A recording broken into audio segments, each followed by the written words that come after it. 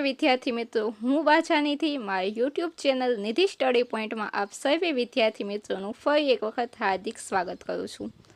आज आप जोवुं छे धोरण 6 विषय विज्ञान पाठ नंबर 2 सजीव सृष्टि में विविधता जेनो भाग 8मो आज आपणो छे। आगळना 7 भाग में बनावेला छे विडियो में अने तेना विषय में बधी माहिती आगळ आपेली छे, जेमां आपणे वनस्पतिनी बधी वात करेली छे।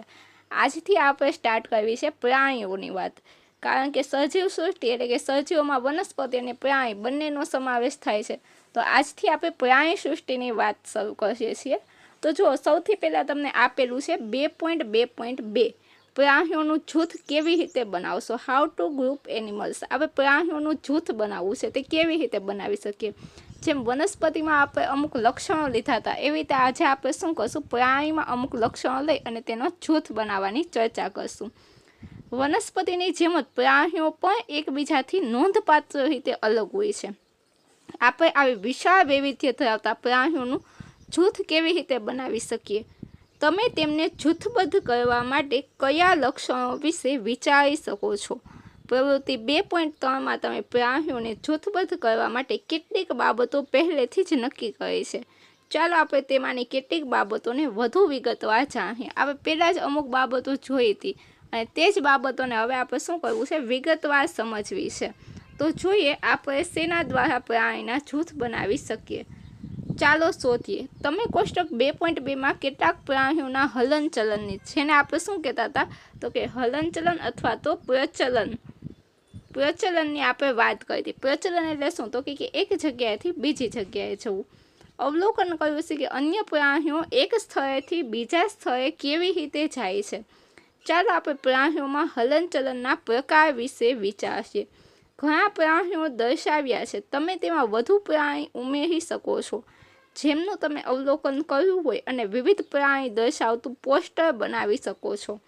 દર્શાવેલા આકૃતિ 2.7 માં દર્શાવેલા અને તમે બનાવેલા પોસ્ટરમાંના પ્રાણીઓ શરીરના કયા અંગ દ્વારા હલનચલન કરે છે।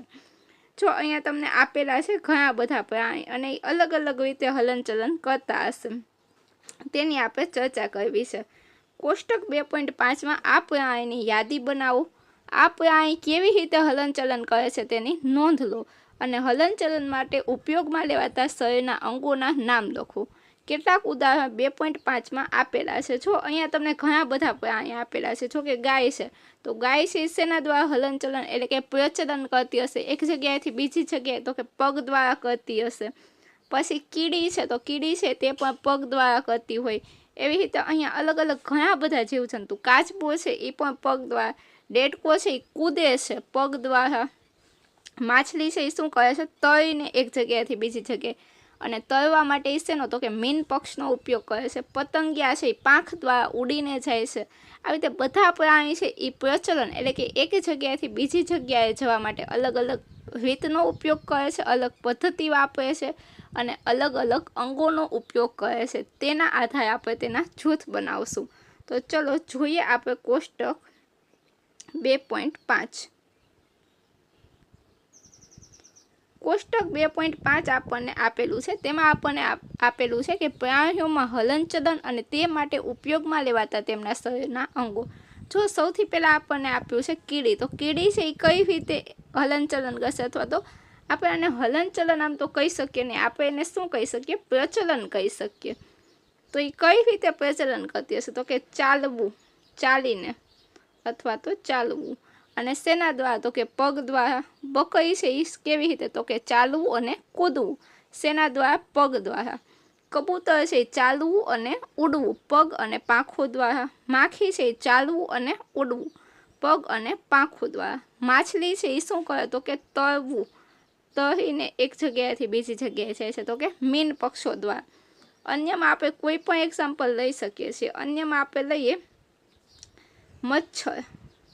મચ્છર છે એ શેના દ્વારા, તો કે ઉડવું અથવા ચાલવું, ચાલવું અથવા તો ઉડવું। અને શેના દ્વારા, તો કે પાંખો અને પગ દ્વારા, પાંખો અને પગ દ્વારા। એવી રીતે તમે લઈ શકો સાપ। સાપ છે એ કેવી રીતે, તો કે સાપ છે એ સરકીને એક જગ્યાએથી બીજી જગ્યાએ જાય છે। સરકીને અને કેવી રીતે તો કે તેની ત્વચા દ્વારા અથવા તો તેના શરીર દ્વારા એ સરકીને છે. એટલે અજગર છે એ પણ કેવી રીતે તો કે સરકીને એની ત્વચા દ્વારા પ્રચલન કરે છે. આવી રીતે દરેક પ્રાણી છે એ કેવી રીતે તો કે પ્રચલન કરે છે એ પણ અલગ અલગ શરીરના અંગો દ્વારા. કોષ્ટક 2.5માં આપેલી માહિતીના આધારે તમે શું તારણ કાઢી શકો છો? વિવિધ પ્રાણીઓ વિવિધ પ્રકારે હલનચલન કરે છે. પ્રાણીઓ ઉડી શકે છે, દોડી શકે છે, સરકી શકે છે, ચાલી શકે છે, ઠેકડો મારી શકે છે અથવા કૂદી શકે છે. તેઓ એક જગ્યાએથી બીજી જગ્યાએ જવા માટે તેમના શરીરના વિવિધ અંગોનો ઉપયોગ કરે છે. તેમની પાસે પાંખો, પગ અને અન્ય અંગો હોય છે જે તેમને હલનચલનમાં મદદ કરે છે. આપણે હલનચલનના પ્રકારો અને હલનચલન માટે વપરાતા શરીરના અંગોના આધારે પ્રાણીઓને ઓળખ્યા. આપણે પ્રાણીઓને તેમના હલનચલનના પ્રકારના આધારે કેવી રીતે જૂથબદ્ધ કરી શકીએ?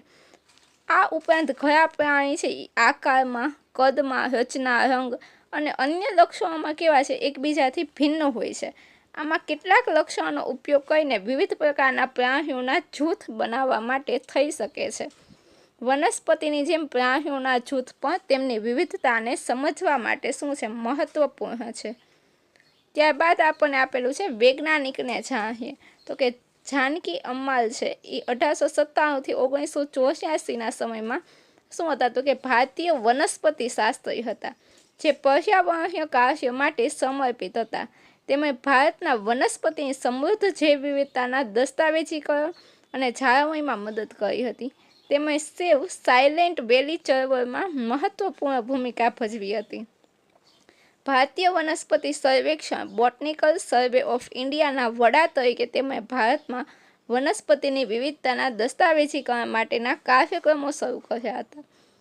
ચલો, આજની જે માહિતી છે, જે સમજ છે અહીં સુધી રાખીએ. ફરી મળીશું આવતા લેક્ચરમાં. ત્યાં સુધી મને રજા આપો. Thank you so much. અને જો તમને વિડીયો ગમ્યો હોય તો વિડીયોને તમારા અન્ય મિત્રો સુધી શેર કરો, વિડીયોને લાઇક કરો અને જો તમે ચેનલ પર નવા હોય તો ચેનલને સબસ્ક્રાઈબ કરો.